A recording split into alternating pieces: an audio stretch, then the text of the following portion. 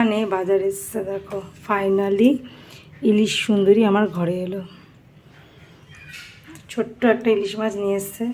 অনেক সময় অনেক বড় বড় ইলিশ মাছের থেকে ছোট ছোট ইলিশ মাছের স্বাদ কিন্তু ভালো হয়।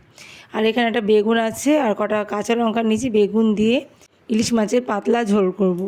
কালো জিরে কাঁচা লঙ্কা দিয়ে একদম পাতলা ঝোল। মাছগুলোকে ধুয়ে নিয়েছি আর এরপর দিয়ে দিয়েছি নুন আর হলুদ। নুন হলুদ দিয়ে মাছটাকে কিছুক্ষণ মেখে রাখবো, তারপর মাছগুলো হালকা করে ভেজে নেব, না ভাজলেও চলে, কিন্তু একদম ছোটো মাছ তো ওই জন্য একটু ভেজে নেব।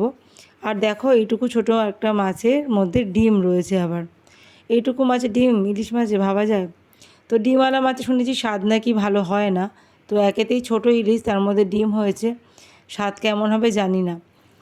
তো এইদিকে ইলিশ মাছের ঝোল রেডি বন্ধুরা। দেখো বেগুন দিয়ে ঝোল করেছি একদম, আর কোনো মশলা দিইনি, শুধু কালো জিরা কাঁচা লঙ্কা, ব্যাস। কাঁচা লঙ্কা চিড়ে দিয়েছি মাঝখান থেকে। আর বেগুনগুলো ভেজে তুলে রেখেছিলাম, তারপর বেগুনগুলো পরে ঝোলের মধ্যে দিয়ে দিয়েছি।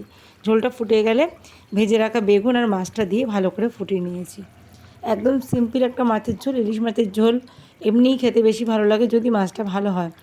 তবে এই ইলিশ মাছের স্বাদটা খুব বেশি ছিল না, মোটামুটি একটু স্বাদ ছিল, মানে যেরকম আশা করেছিলাম সেই রকম স্বাদ হয়নি। আমার মনে হচ্ছে ইলিশ মাছের মধ্যে ডিম হয়ে গেছে, সেই জন্য হয়তো স্বাদটা ভালো নয়। না হলে ছোটো ছোটো ইলিশ কিন্তু আমাদের ঘরে আনা হয়, বেশ ভালোই স্বাদ লাগে। যাই হোক, কী আর করা যাবে, কিছু করার নেই। আর আমার চ্যানেলে কিন্তু ইলিশ মাছের ঝোল রেসিপি অনেকবার শেয়ার করেছি আমি এখানে লিঙ্ক দিয়ে দিলাম ভিডিওর নিচে, লিঙ্কে ক্লিক করে দেখে নিতে পারেন আপনারা।